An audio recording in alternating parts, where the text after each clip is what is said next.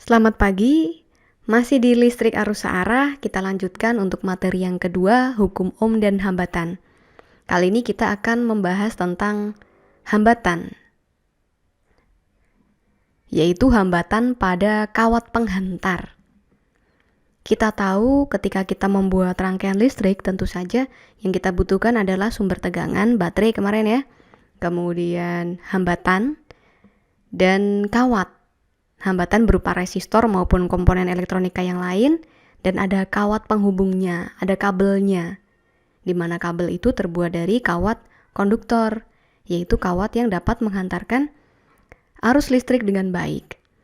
Nah, ternyata selain ada komponen resistor yang berfungsi sebagai penghambat, ternyata kawat penghantarnya itu juga memiliki hambatan.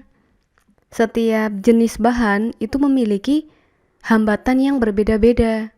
Artinya hambatan kawat penghantar itu dipengaruhi oleh jenisnya.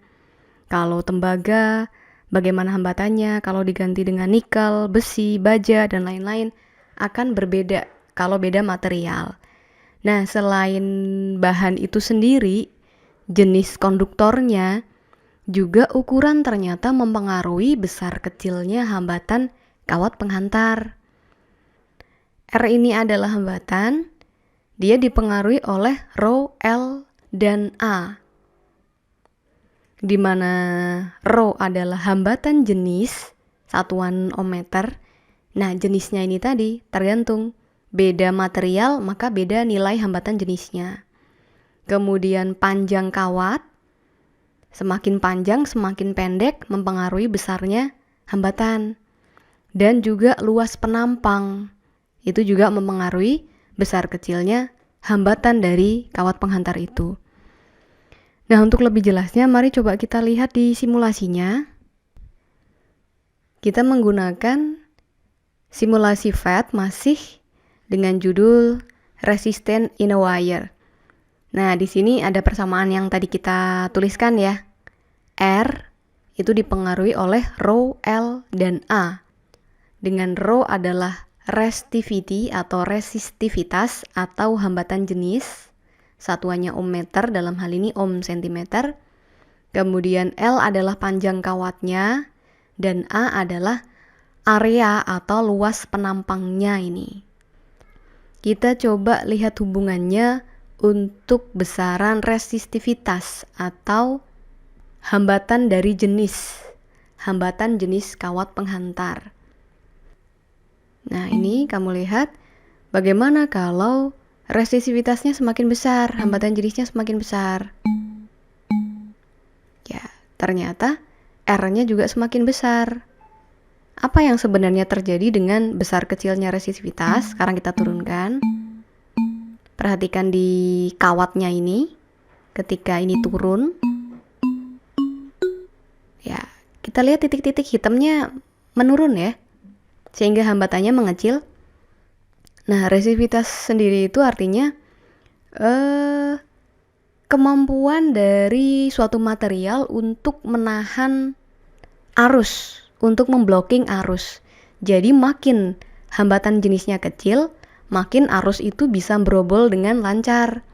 Tapi kalau hambatan jenisnya besar, nah kemampuan material itu untuk memblocking atau menahan arus itu semakin besar. Itu untuk resistivitas. Kemudian yang kedua, panjang kawat. Semakin kabelnya panjang, ternyata semakin hambatannya besar. Arusnya jadi sulit mengalir. Tapi kalau kawatnya pendek, nah hambatannya ternyata kecil. Oke ya. Dan yang ketiga, luas penampang atau besar kecilnya kabel. Kan ada kabel yang gede-gede, ada kabel yang tipis-tipis, kecil-kecil, serambut gitu ya. Nah, apa efeknya? Ternyata kalau luas penampangnya besar, nih luas penampangnya besar, kabelnya gede, ternyata hambatannya kecil. Hambatan kecil berarti arusnya bisa mengalir dengan mudah. Tetapi kalau kawatnya tipis, kecil, diameternya kecil, sampai penuh. Artinya kawat yang tipis itu hambatannya gede, arusnya terhambat, arusnya susah buat ngalir karena jalannya kecil. Tapi kalau jalannya gede, nah arusnya bisa ngalir dengan lancar karena hambatannya kecil.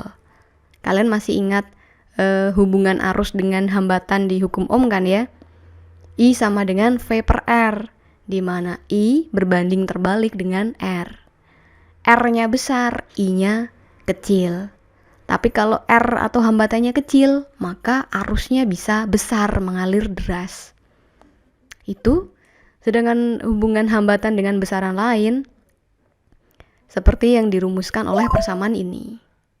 R sebanding dengan hambatan jenis dan panjang kawat, dan berbanding terbalik dengan luas penampang kawat. Nah, nanti kalau diketahui A ini dalam bentuk diameter atau jari-jari ya, berarti kamu harus cari dulu diameter itu berarti luas penampangnya berapa dengan menggunakan rumus luas lingkaran, pi r kuadrat atau seperempat pi d kuadrat. Mari kita coba ke latihan soalnya. Contoh soal, ada sebuah kawat yang panjangnya 20 meter. Ini berarti L ya. Panjang kawat 20 meter, kita tulis sekalian.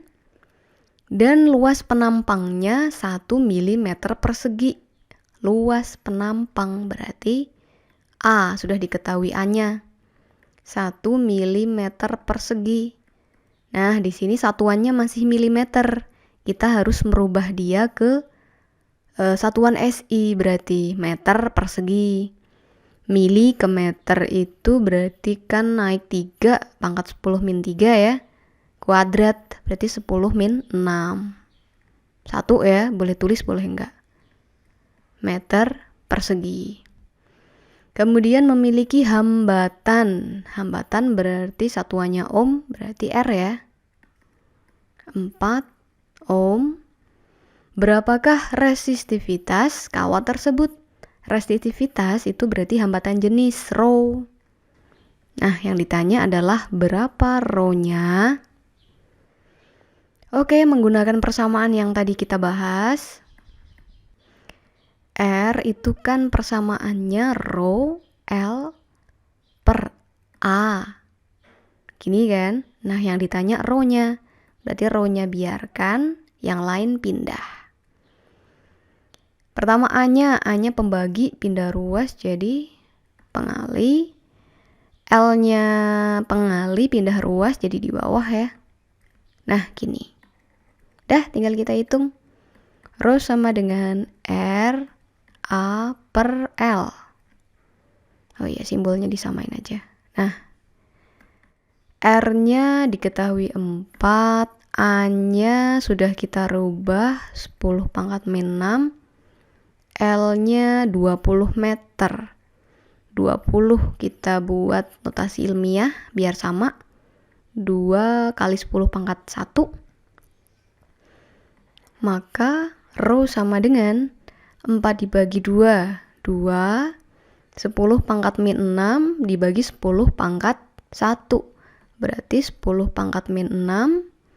Satunya positif, pin naik jadi negatif ya.